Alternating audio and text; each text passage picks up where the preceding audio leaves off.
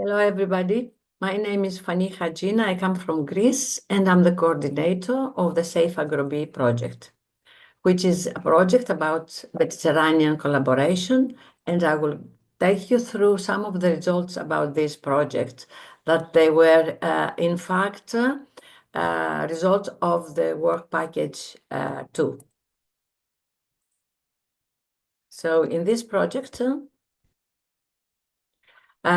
we had 13 partners from 8 countries, and what we wanted to test the work package 2 were the adaptation of the populations. So, for example, in each of the 2 countries, Croatia and Greece, we tested 2 populations from 2 different origins.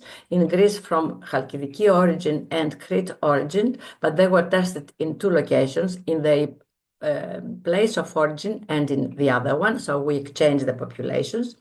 And in Croatia, we tested 2 populations from the Mediterranean and the continental area.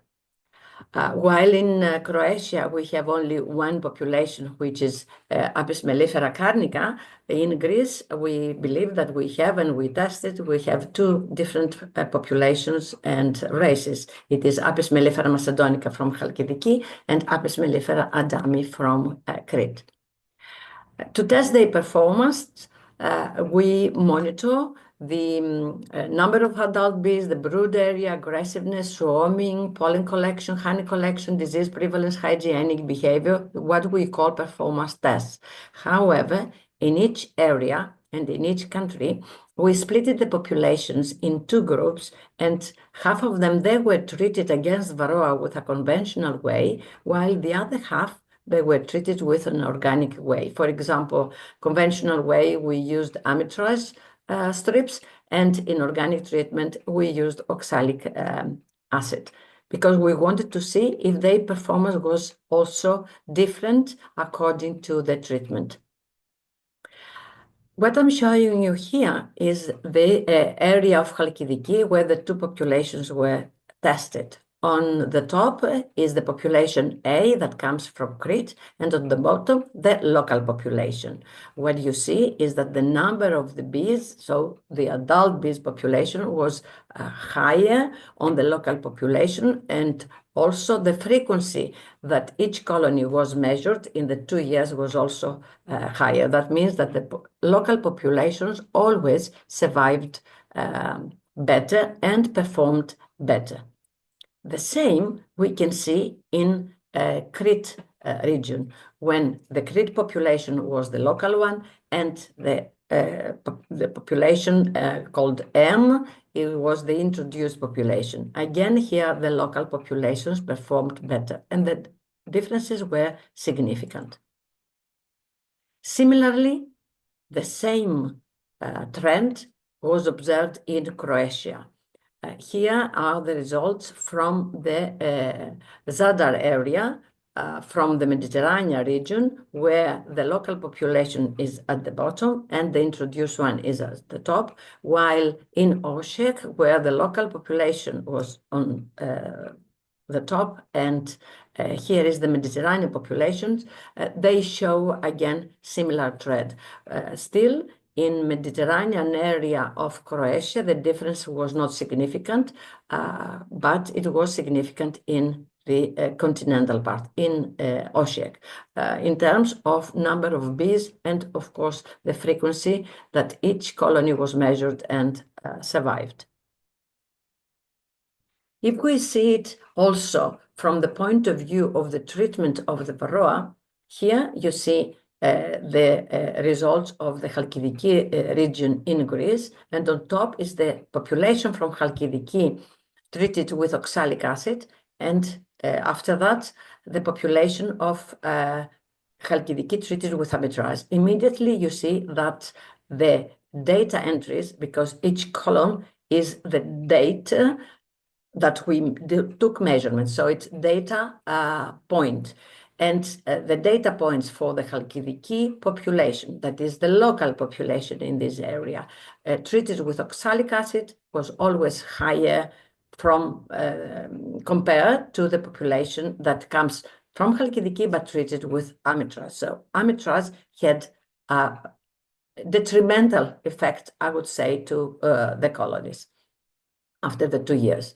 At the bottom here, the two lines, the two rows, showing the Cretan population tested in Chalkidiki, again with oxalic acid treatment against varroa and amitraz treatment. The differences here are not so big, but at the end, the difference was at the point of significance. So conventionally treated populations performed not so well as the ones that they were treated with organic methods.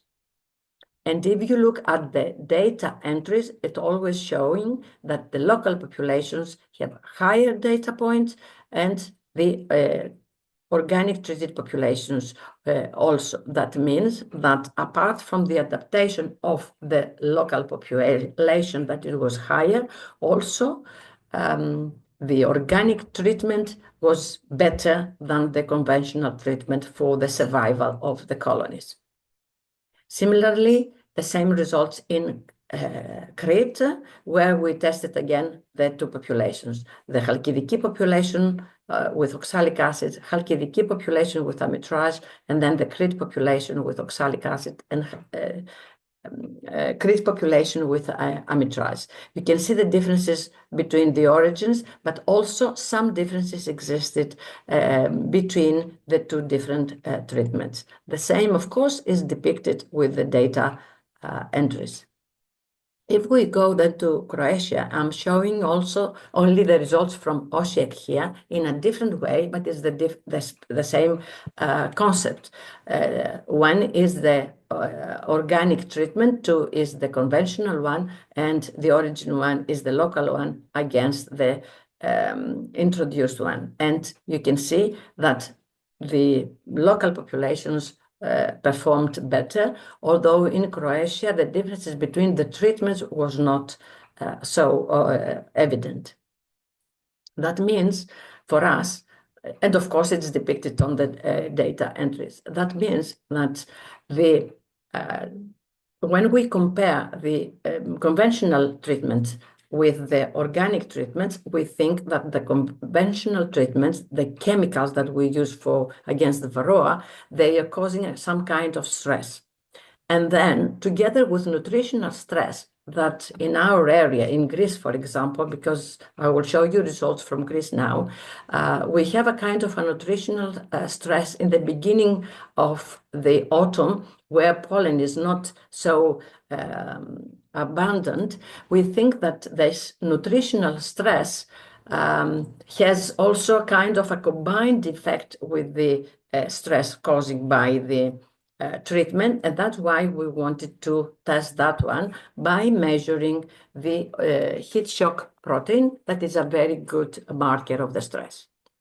To explain what we did, we had colonies that they were initially treated with oxalic acid, as you can see here, and later also another group with amitraz. So the oxalic acid group, these colonies, we measure the heat shock protein before we feed the orange group with pollen. And then after we fed the orange group with pollen, but not the green group, we measure the heat shock protein again. What do we see in their, let's say, everyday life, in their normal situation, was that there was no difference between the two groups of the colonies in terms of the expression of this particular protein. The difference is a little bit different between the two groups, but still was not significant after we start feeding with pollen this group only. However, when we looked into the amitraz-treated group, initially we didn't see any differences between the two groups of the colonies because they were all treated with amitraz. But after we fed pollen, the differences in the expression of the protein, the heat shock protein, was much higher between the two groups.